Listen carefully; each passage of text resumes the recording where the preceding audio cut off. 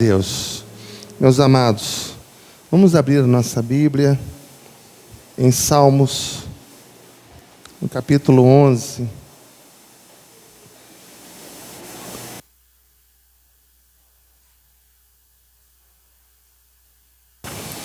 Salmos capítulo 11, foi exatamente o salmo que a gente leu quando abriu o nosso encontro de hoje.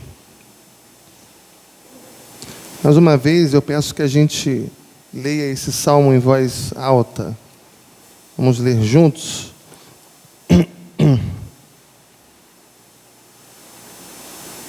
Acharam todos? Amém? Vamos ler. No Senhor me refugio. Como dizeis, pois, a minha alma, foge como pássaro para o teu monte, porque eis aí os ímpios armam um arco, dispõem a sua flecha na corda, para as ocultas dispararem contra os retos de coração. Ora, destruídos os fundamentos, que poderá fazer o justo? O Senhor está no seu santo templo. Nos céus tem o Senhor no seu trono. Os seus olhos estão atentos. As suas pálpebras sondam os filhos dos homens. O Senhor põe à prova ao justo e ao ímpio, mas ao que ama a violência, a sua alma o abomina. Fará chover sobre os perversos brasas de fogo e enxofre, e vento abrasador será a parte do seu cálice. Porque o Senhor é justo, Ele ama a justiça, os retos lhe contemplarão a face. Pai, fala conosco nesse momento precioso, que a Tua palavra encontre o nosso coração e traga a vontade do Senhor para a nossa vida. É o que te pedimos, em nome de Jesus. Amém e amém.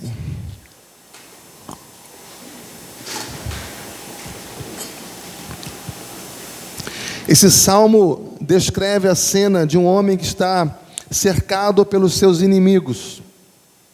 E esse inimigo, segundo o texto, ele está com a sua flecha na corda. Ele está com a sua flecha apontada. Ele está preparado. Esse inimigo está pronto para atingir o alvo. Esse inimigo, ele não age às claras.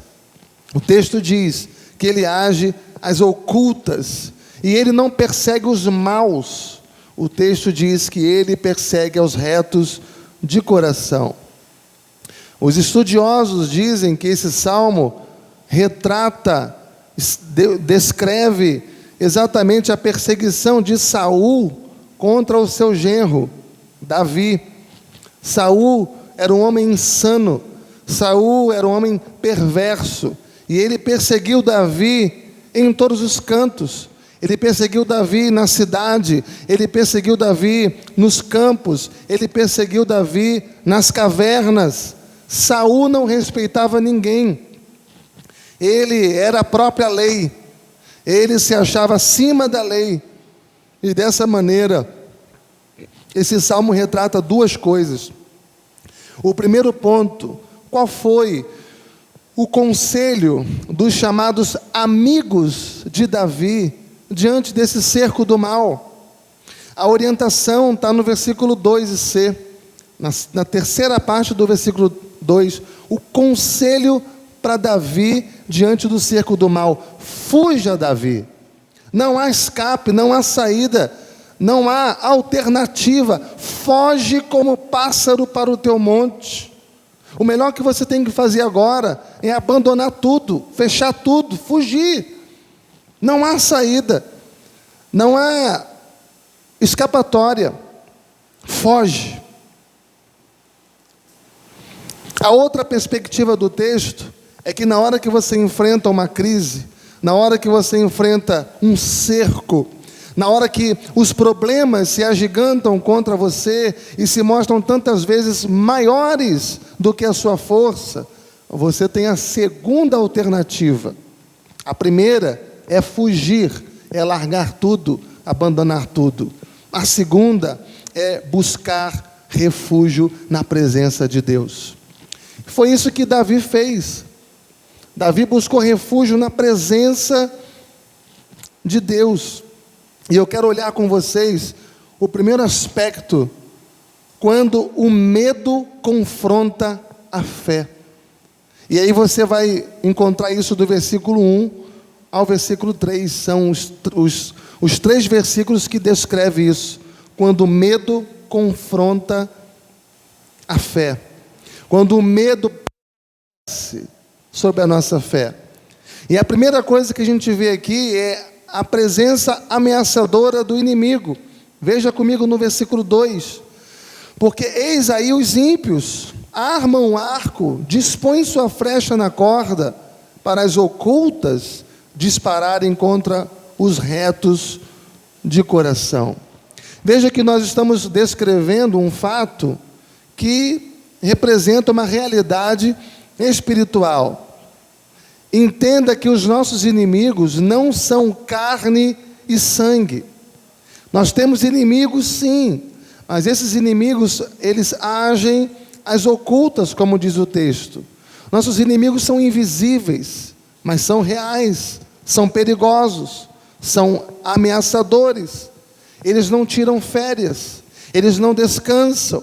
A Bíblia vai dizer em 1 Pedro, no capítulo 5, que eles estão 24 horas ao nosso derredor, estão procurando uma brecha, estão procurando uma oportunidade para devorar a nossa vida, para destruir a nossa família, para destruir a nossa esperança, a nossa alegria, 24 horas ao nosso redor. Por quê? Porque os nossos inimigos são malignos, nossos inimigos são ladrões, são perversos, e João 10 vai dizer que ele veio para matar, roubar e destruir. Agora veja comigo a estratégia perigosa desse inimigo. Ponto número 1, veja aí no versículo 2, sua flecha já está no arco. Diz aí no versículo 2, porque eis aí os ímpios armam o arco, dispõem a sua flecha na corda. Ou seja, o nosso inimigo está pronto para atacar. Está em posição de ataque frontal, corajosamente, ousadamente, em posição de ataque fatal. Segundo ponto, sua traição. Veja na terceira parte do versículo 2, que o inimigo age às ocultas, dispõe sua flecha na corda para as ocultas dispararem. Ele age às escondidas, o inimigo está à espreita, esperando a primeira oportunidade para devorar a nossa vida. Terceiro ponto, sua maldade. Olha o que diz aí no final do versículo 2, que ele não ataca os maus, mas ele ataca aos retos de coração. Ele não tolera os justos, ele não tolera os piedosos, ele não tolera aqueles que andam com Deus. Se você notar, a descrição do versículo 3 ainda é mais arrasadora, porque as suas obras são demolidoras. Olha o que diz o texto: eles destroem os fundamentos. Ou seja, ele arranca os alicerces, ele deixa a nossa situação insustentável. Os fundamentos foram arrancados. Vamos ler juntos aqui essa inquietante pergunta do versículo 3, em uma só voz. Ora, destruídos os fundamentos, que poderá fazer o justo? Mais uma vez. Ora, destruídos os fundamentos, que poderá fazer o justo? Então veja, irmãos, que toda a era moderna está engajada fortemente num projeto de destruir os fundamentos. Você vê que existem grupos gigantescos, até a política militante, tentando destruir os fundamentos da família, tentando destruir os fundamentos da igreja, os fundamentos da sociedade. É a era moderna engajada fortemente num projeto para destruir os fundamentos. Essa é a realidade que a gente vive nos dias de hoje. E a história do pensamento humano, ela prova isso. Nós passamos do racionalismo para o iluminismo, nós passamos do iluminismo para o existencialismo, nós passamos do existencialismo para o experiencialismo, e parece que toda essa corrente de pensamentos leva a pensar o seguinte: acabaram-se os fundamentos, foram destruídos os alicerces, não há balizas mais, não há fundamentos mais. A nossa chamada era moderna durou apenas 200 anos. Da queda da Bastilha em 1789 até a queda do Muro de Berlim em 1989. E nós entramos num período chamado pós-modernidade. E a pós-modernidade está fincado num tripé: pluralização, privatização e secularização. O mundo é plural.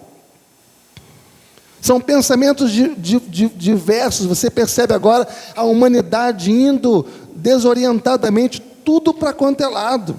A verdade é privativa, cada um tem a sua. Não existe mais absolutos. E onde que está Deus? Deus não está dentro desse contexto mais. Um dia esteve, mas não está mais hoje. Não há mais verdade absoluta.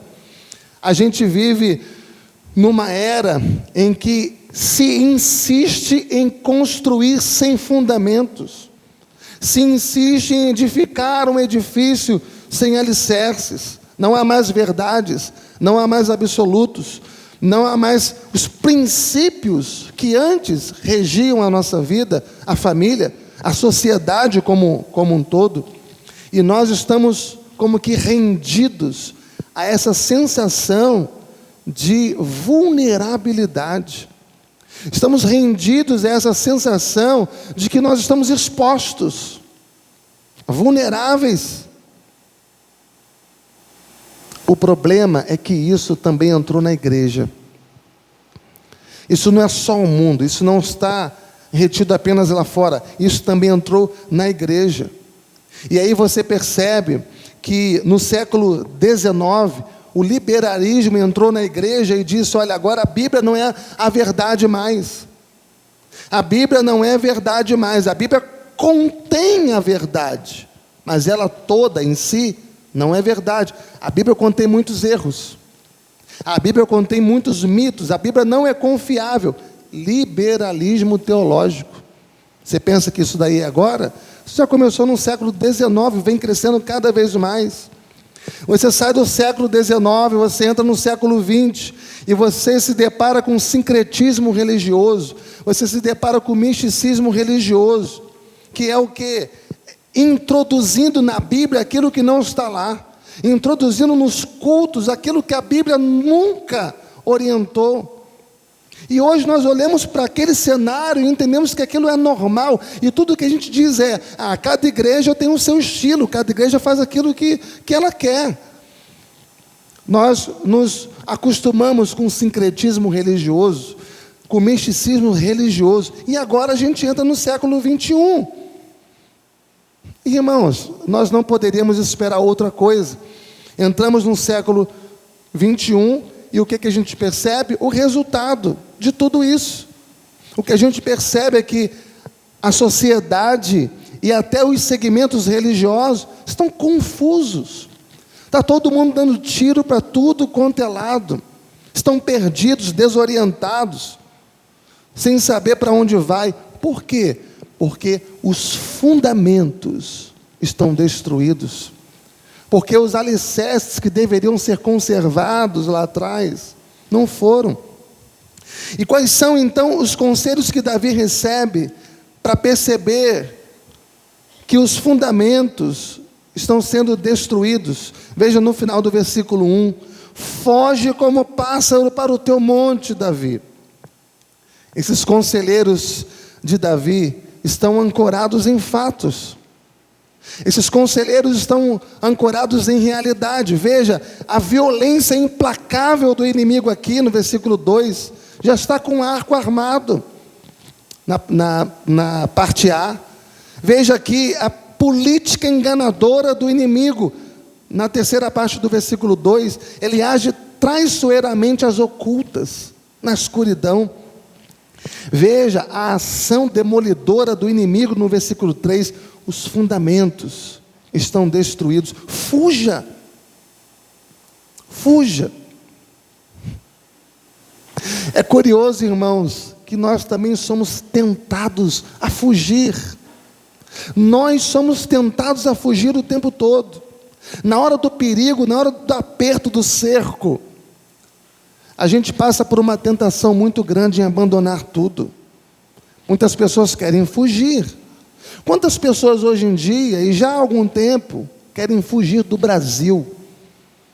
Não aguento isso mais, eu vou para a Europa. Eu vou para um lugar que possa dar a segurança para minha família e para mim. Quantas pessoas pensam em fugir dessa cidade linda como a nossa, São Gonçalo? A gente vive sempre com aquela tentação da fuga. Quantas pessoas querem fugir do seu casamento? Quantas pessoas querem fugir da sua realidade? Por quê? O mundo está confuso, está perdido, as pessoas estão confusas, e parece que não há mais referências à nossa volta. Se você olha para o cenário da política, é um cenário desesperador. Se você olha para o cenário judiciário, é desesperador. Se você olha para o cenário econômico, é desesperador. A situação ética e moral da nossa nação é muito desesperadora. E se você olhar para o cenário religioso, a crise também está instalada nele. E nesse momento, irmãos, o que fazer? Como agir? Como reagir? Algumas pessoas, elas pensaram em fugir. Grandes homens de Deus. Você quer ver um exemplo? Nós temos aqui o profeta Jeremias. Num dado momento do ministério dele, ele falou: chega, não quero mais, não prego mais, não profetizo mais. Senhor, não vou fazer a tua obra mais. E a Bíblia diz que a palavra de Deus veio como um fogo no seu coração, e ele não pôde calar mais a sua voz. O profeta Elias também teve a sua crise, e num momento de aperto da sua vida, ele falou: Deus, chega, eu não quero mais, só eu fiquei. E Deus diz: Jeremias, para, rapaz, para. A ideia que você tem da realidade à sua volta não é real. Para um pouquinho, faça uma leitura mais otimista do que está acontecendo à sua volta, e você vai perceber que ainda restaram 7.000 que não se renderam. Não pensa que você, Elias, é o dono da verdade toda, não. Existem outras pessoas que não se renderam também. Por que não dizer, irmãos, do profeta Jonas, que tentou fugir a enfrentar a orientação de Deus. E quantas vezes nós também nos assemelhamos a esses homens? Quantas vezes nós também não pensamos em largar tudo, em abandonar tudo, em fugir? Por quê? Porque muitas vezes o medo triunfa sobre a fé. Mas eu quero olhar com vocês o segundo ponto dessa mensagem, que é quando a fé triunfa sobre o medo. Quando a fé triunfa sobre o medo. E aí nós vamos encontrar isso do versículo 4 ao versículo 7. O que é interessante é que, apesar de Davi ter sido aconselhado a fugir, ele não olha para a fuga como a única alternativa que ele tem para encontrar refúgio. Pelo contrário, ele é tentado a fugir, mas ele resiste e ele olha para Deus. E quando ele olha para Deus, ele encontra refúgio na presença de Deus. Diga glória a Deus, irmãos. Olha como que ele inicia esse salmo no versículo 1. No Senhor me refugio. Ou seja, no Senhor eu coloco a minha confiança.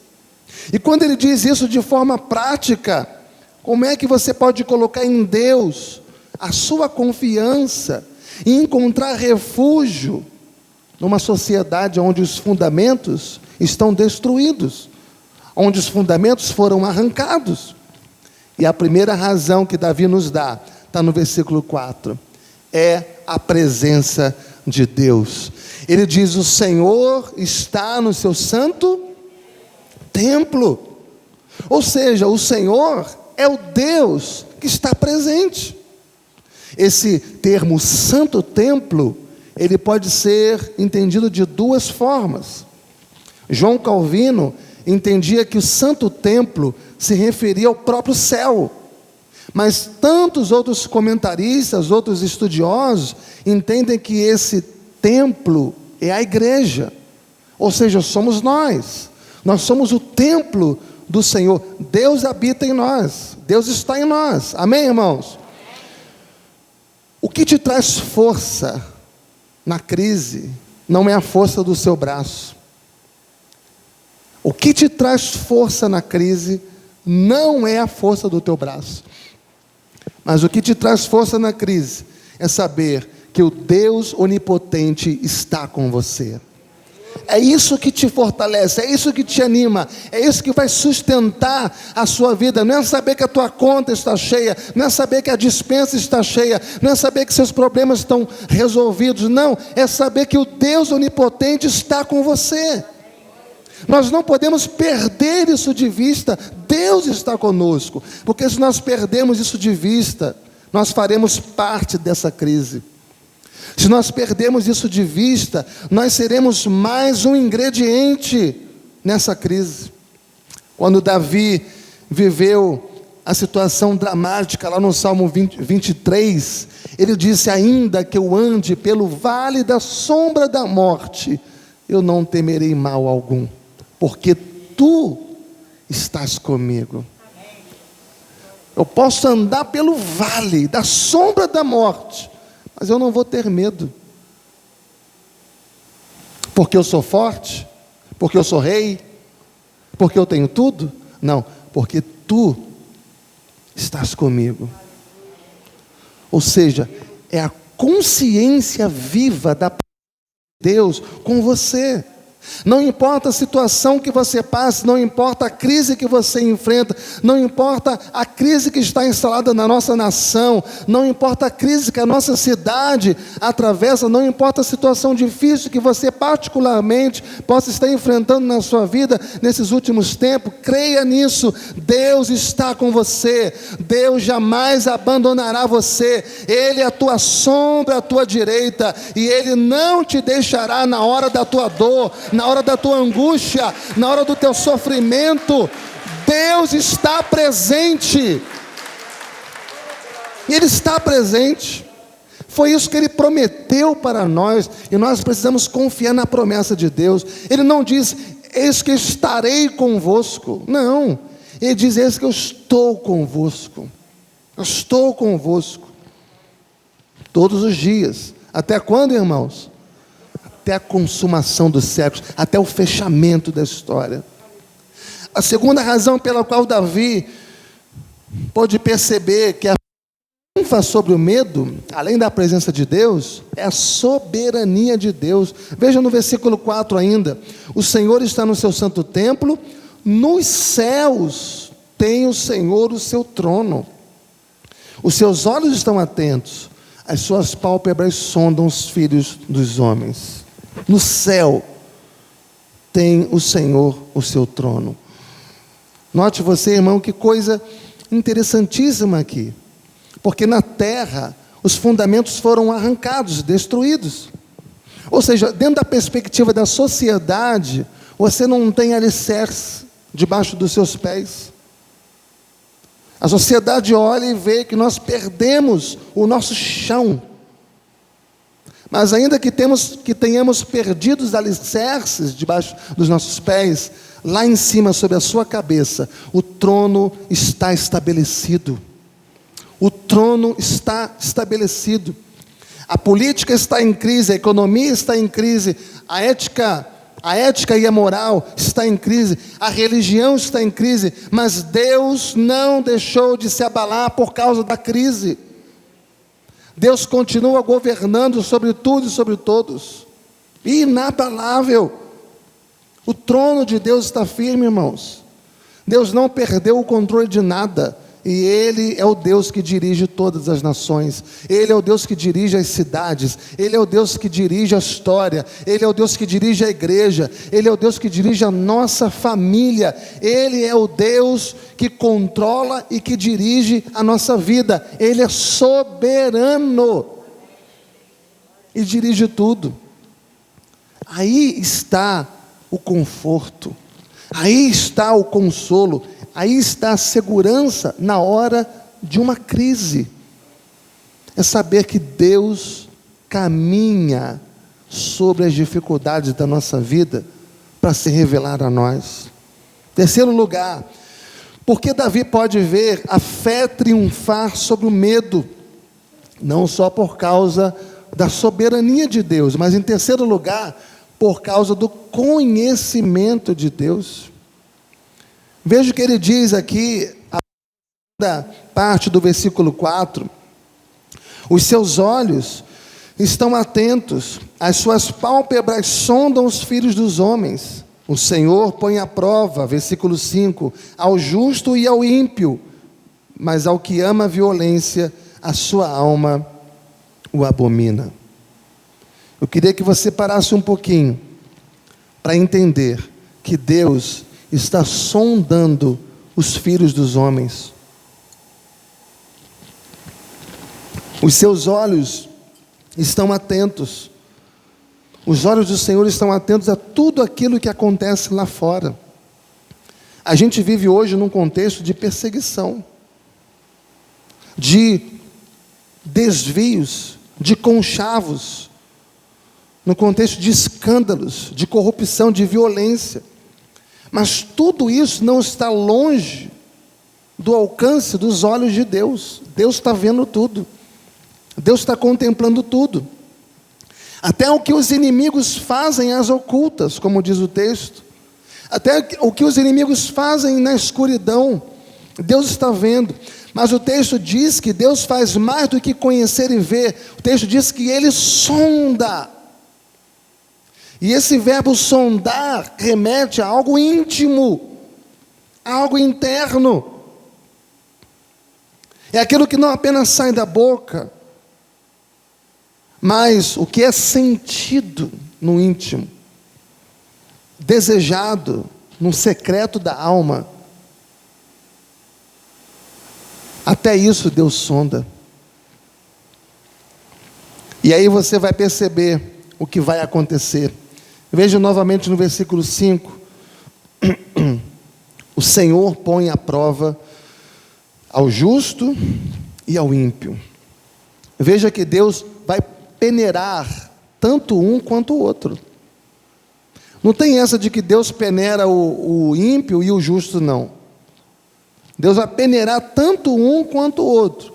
O texto diz: o Senhor põe à prova os dois, o justo e o ímpio. Ou seja, Deus prova os seus filhos também. Deus peneira os seus filhos também. Mas quando Deus coloca à prova os seus filhos, é para aprová-los, não é para destruí-los. Porque ninguém pode ser aprovado se antes não for provado. Então Deus prova para aprovar. Então, meus amados irmãos, ouça isso. Não fiquem impacientes. Não fiquem desesperados se você está sendo provado. Porque Deus prova o justo. Não para destruí-lo, mas para fortalecê-lo. Não para arruiná-lo, mas para depurá-lo. Quando Deus prova o seu povo, quando Deus prova os seus filhos, é para tirar as escórias dos seus filhos. Quando Deus prova os seus filhos, é para torná-los mais puros, para torná-los mais santos, para torná-los mais firmes, mais sólidos, mais fiéis, mais consistentes, mais felizes, mais cheios de graça e mais cheios de poder. Esse é o propósito de Deus quando nos prova. Agora, quando Deus prova o ímpio, é diferente. Quando Deus prova o ímpio, é para revelar a maldade que há no seu coração. Quando Deus prova o ímpio, é para revelar a maldade que está, a iniquidade que está na sua alma, para mostrar para ele que a escolha que ele fez foi uma escolha errada, que a escolha que ele fez foi uma escolha insensata, que o final dessa escolha que ele fez é tragédia para a sua vida. Então veja que nós podemos encontrar descanso nessa questão do conhecimento de Deus. Deus sabe o que está acontecendo com você. Deus conhece a sua alma. Deus conhece seus pensamentos. Deus conhece você por completo. Ele te cerca por trás e por diante. Ele conhece o seu deitar, o seu levantar. Ele esquadrinha os seus pensamentos. Ainda a palavra nem chegou na sua boca, Ele já conhece todas. Você crê nisso? Por que Davi encontra razão para ter fé e não se entregar ao medo? Quarto lugar, o juízo de Deus. Leia aí o versículo 6. Fará chover sobre os perversos brasas de fogo e enxofre, e vento abrasador será a parte do seu cálice. Nem sempre Deus pune o pecador no exato momento do seu pecado. Nem sempre Deus pune o pecado no exato momento em que o pecado está sendo cometido. Nem sempre Deus pune o pecador, Deus disciplina o pecador na hora em que ele está cometendo o seu pecado. Muitas vezes Deus vai dando corda e vai agir no tempo dele. E porque Deus tantas vezes não age na hora que o homem peca, é que o homem muitas vezes se encanta com o pecado. O homem muitas vezes se encanta com o pecado, porque o pecado aparentemente traz benefícios. O pecado aparentemente traz benefícios. Basta olharmos para aqueles que se enriquecem de maneira ilícita. Enriquecimento ilícito, que por uma fase, por alguns momentos da sua vida, vai usufruir daquelas riquezas.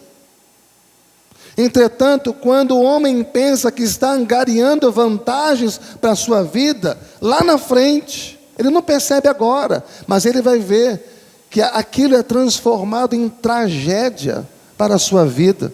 Porque ainda que por um tempo ele escape do braço da lei humana, ele não pode escapar do braço do juízo de Deus. Não pode. E se você se lembra, esse juízo, Deus já o exerceu várias vezes. Deus exerceu em Sodoma e Gomorra. Deus exerceu na Torre de Babel. Deus exerceu nas nações de Canaã. Deus exerceu na queda de Jerusalém, na queda da Babilônia e na queda dos grandes impérios do mundo. Deus é amor, mas também é fogo consumidor. Ele é fogo consumidor, Ele é o Deus do juízo. E a Bíblia diz que de Deus não se zomba. Tudo aquilo que o homem plantar, ele vai colher. Tudo, não ficará nada de fora. Então, você não precisa ter medo. O que você precisa é temer aquele que é soberano Senhor do universo. E dizer, no Senhor eu me refugio. No Senhor eu me refugio. Mas finalmente, Davi sai do território do medo para o terreno da fé, em quinto lugar e último, por causa da recompensa de Deus.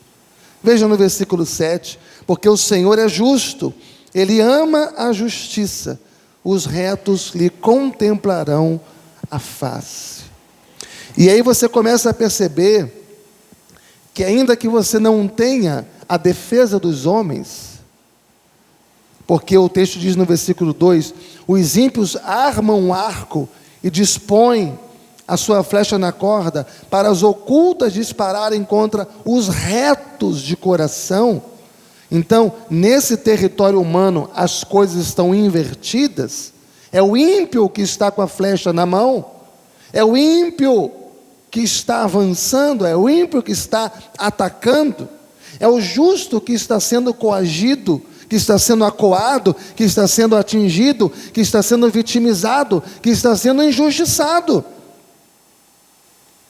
Aqui, às vezes, o justo não encontra amparo. Aqui na terra, às vezes, o justo não encontra refúgio. Mas no Senhor, nós nos refugiamos. Amém, irmãos? E o que acontece no versículo 7? O texto diz: porque o Senhor é justo, e Ele ama a justiça. Esse Deus que está no trono é justo e ama a justiça. Qual é a recompensa dos justos?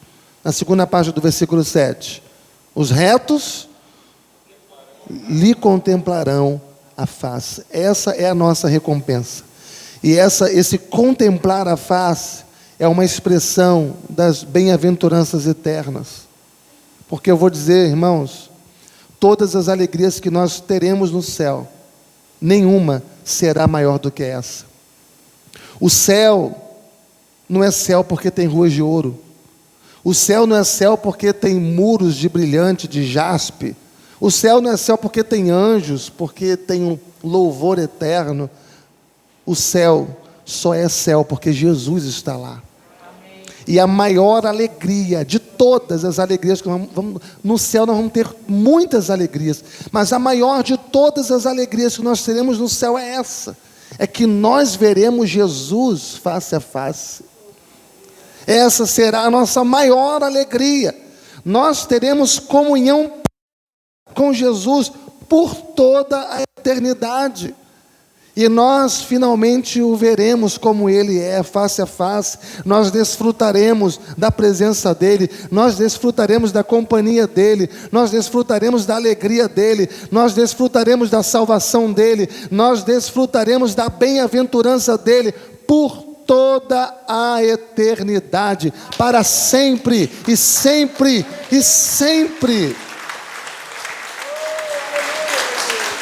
Glória a Deus. E aqueles que viveram a vida inteira na contramão da vontade de Deus, esses serão banidos da presença de Deus. Não ande na contramão da vontade de Deus. Se renda. Ah, pastor, não, eu sou dono do meu próprio nariz. Não é. Quem é dono do seu nariz é Deus. Foi Deus que fez o seu nariz. Foi Deus que fez a sua vida. Ele é o teu dono, se renda a Ele. Aqueles que andam na contramão da vontade de Deus serão banidos para sempre da presença de Deus. E não tem nada mais grave na condenação eterna do que ser banido para sempre, sem direito à volta, nunca mais. Banidos para sempre da presença de Deus, porque Deus é vida, e só há vida na presença dEle. Eu chamo os músicos para estarem aqui comigo e finalizo com uma pergunta para você. Presta atenção em mim. Onde você está pondo a tua confiança? Onde você está pondo a tua confiança? Do que você está com medo? Do que você está com medo? O seu futuro não está na mão dos homens, como você pensa. O seu futuro não está à mercê das circunstâncias, como você pensa. O teu futuro está nas mãos de Deus. Ponha em Deus o seu refúgio. Amém? Feche os seus olhos, curva a sua cabeça. Coloque os seus medos aos pés do Senhor. Coloque a tua insegurança aos pés do Senhor. Põe a mão no teu coração. Deus, Tu és o nosso Deus. Tu és o nosso amigo. É maravilhoso, Senhor, ler a Tua palavra e recordar o que os Teus filhos viveram no passado, as lutas que tiveram no passado, os dramas que enfrentaram no passado, os temores que rondaram os seus corações e como eles agiram, apesar dos perigos, apesar das ameaças, apesar dos maus conselhos, eles decidiram confiar em Ti. Deus, nós estamos aqui numa realidade tão difícil, num mundo tão conturbado, de crises, de ataques, de perseguições, de inseguranças, de incertezas. Tantas vezes olhamos ao redor e não vemos saída. Tantas vezes os justos são penalizados e os ímpios são privilegiados. Tantas vezes, Senhor, olhamos a realidade à nossa volta e os fundamentos foram destruídos. Mas, Senhor, a Tua igreja está plantada sobre um fundamento sólido, e esse fundamento é Jesus Cristo, que jamais será abalado. Ó Deus, bendito seja o Teu nome. Bendito seja o Teu nome por termos Jesus como nosso firme alicerce, como nosso firme fundamento.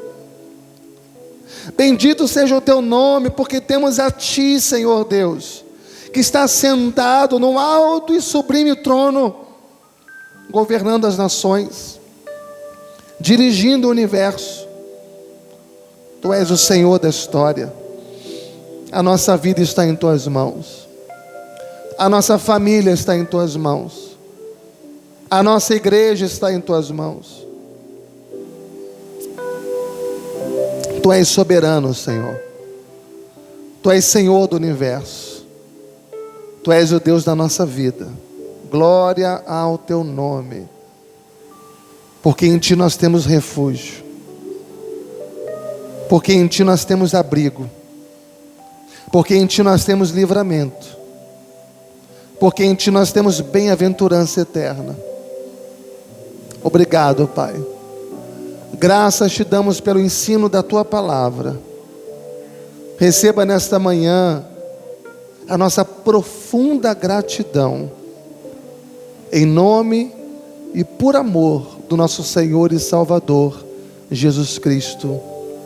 E que todos digam amém e amém.